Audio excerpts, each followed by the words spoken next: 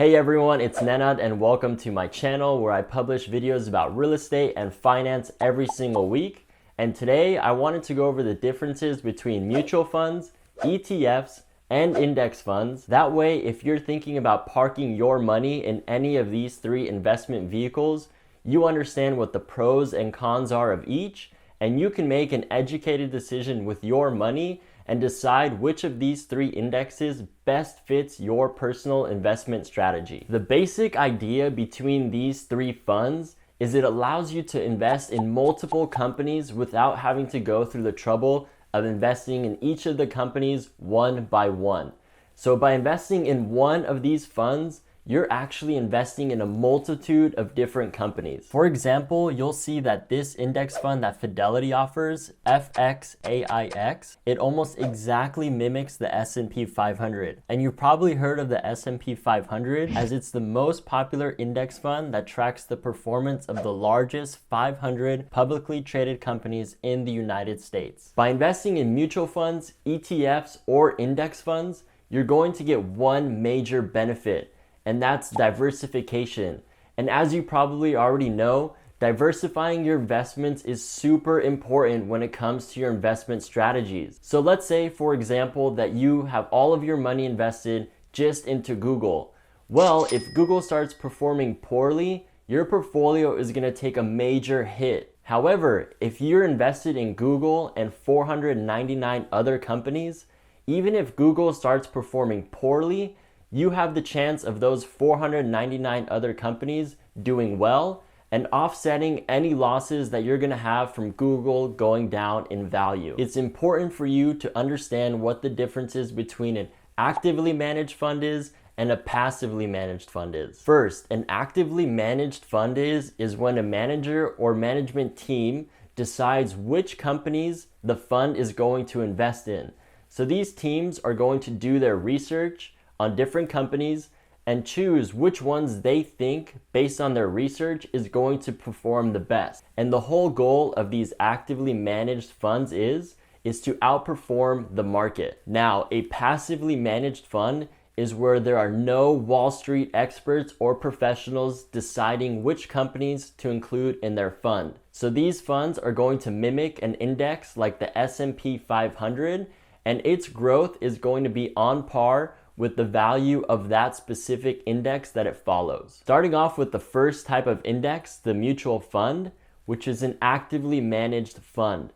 This means that there's a manager going out there and choosing which companies they want to include in their fund. For example, we have this mutual fund that Fidelity offers, FSPTX, and we can see that the fund managers are Nidhi Gupta and Brian Lempel. Mutual funds is probably my least favorite out of these three indexes because typically there are very high fees associated with investing your money in a mutual fund. You can see that the expense ratio is 0.71%, which means you will pay 0.71% of your portfolio value every single year just in fees. With mutual funds, you should expect to pay anywhere between 0.25% all the way up to 1.5% of your portfolio's value every single year. And this is because it's an actively managed fund. So you're paying for these managers to do their research on all these different companies and decide which ones are going to be the ones they want to include in their fund. Over a 15-year period, 92.2% of actively managed funds were not able to consistently outperform a simple index like the S&P 500. So this means you have an 8% chance of choosing a fund manager that's going to be able to consistently outperform a simple index like the S&P 500. So these mutual fund managers are charging really high rates, but not performing in the long run. So it's important to make sure that if you're thinking about investing your money in a mutual fund, that you do your research and make sure that the fund you're interested in investing in has performed well in a long period of time. By the way, if you're getting any kind of value out of this video, I would really appreciate it if you smash that thumbs up icon, and I truly want to thank you for watching. I make videos like this every single week on both real estate and finance, so in order to stay updated, go ahead and click that beautiful red subscribe button right now. Moving on to ETFs, which stands for Exchange Traded Fund, and they have become really popular over the last few years. And I mentioned before that mutual funds are actively managed funds, and the biggest difference between an ETF and a mutual fund is that an ETF is passively managed. Instead of having a human pick which companies they want to include in their fund, an ETF is going to be a passively managed fund. This means it's going to mimic an index like the S&P 500. So by investing in an ETF that follows the S&P 500, you're going to basically be investing in the 500 largest companies here in the United States. With this ETF that Vanguard offers, which is the Vanguard S&P 500 ETF, you can see that it basically follows exactly the companies that are in the S&P 500.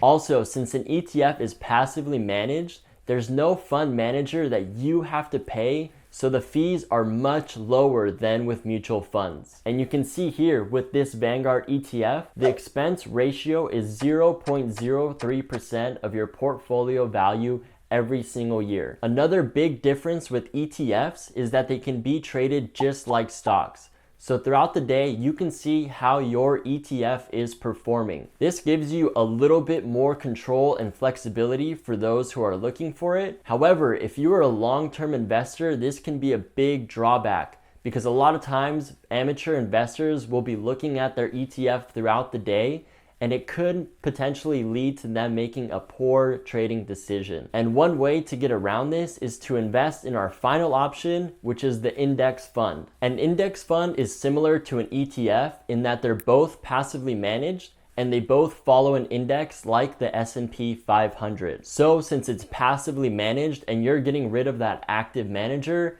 the expense ratio is typically going to be very low once again. You can see the expense ratio is only 0.015%. Index funds are definitely my favorite because they only allow you to trade once per day. This gives it that set it and forget it feel. So if you're a long-term investor, you won't be as tempted to make a bad trade throughout the day as you would with an ETF. So with an index fund, you just put your money in there and let the compound interest do the work for you. Another great thing about an index fund is you can choose to do automatic reinvesting. So you can link your bank account and tell the fund to withdraw a specific amount of money every single month. With something like an ETF, you have to go in there manually and reinvest money on your own. And a lot of times there could be different fees associated with this. So index funds completely gets rid of all those extra fees. These passively managed funds have done an amazing job when it comes to beating mutual fund managers. So really there's no point in paying those excess fees in order to invest your money in a mutual fund, especially since the average rate of return on an index like the S&P 500 has been 10% over the last 90 years. With a 10% return over a 30-year period, just by investing $500 every single month, which is a total of $180,000 invested, you will have just under $1 million in a 30-year period. So I hope you learned something new today, and I hope this video gave you a better idea of which of these 3 investment vehicles will work for you.